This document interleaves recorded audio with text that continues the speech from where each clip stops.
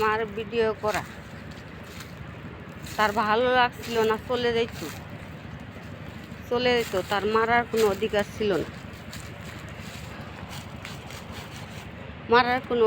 ছিল না, এক কথা।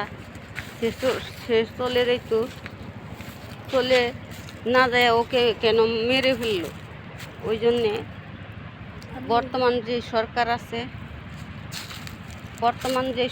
আছে সেই সরকারের কাছে আমার দাবি, বর্তমান থাইকা যেন ফাঁসির রায় দিয়ে যায়। পরে পিছে কে সরকার আসবে বিশ্বাস নেই। মামলা এটা চলবে কি না চলবে, বর্তমান সরকারের আসামি ধরে ফাঁসির রায় যেন পায়, তার মা বাবার আত্মা যেন শান্তি পায়, তার আত্মা যেন শান্তি পায়। ওই জন্য আমার ভিডিও করা। বর্তমান সরকারে জানি জামিন না দিতে পারে, জামিন যেন না পায়, ওই কারণে আমার ভিডিও করা। আমার ভিডিওটা যার সামনে যাবে শেয়ার করে দিবেন। বেশি কিছু বললাম না, এতটুকুই বললাম। খুদা হাফেজ, আসসালামু আলাইকুম। মনে কিছু নেবেন না, ভুল বুঝার কিচ্ছু নেই।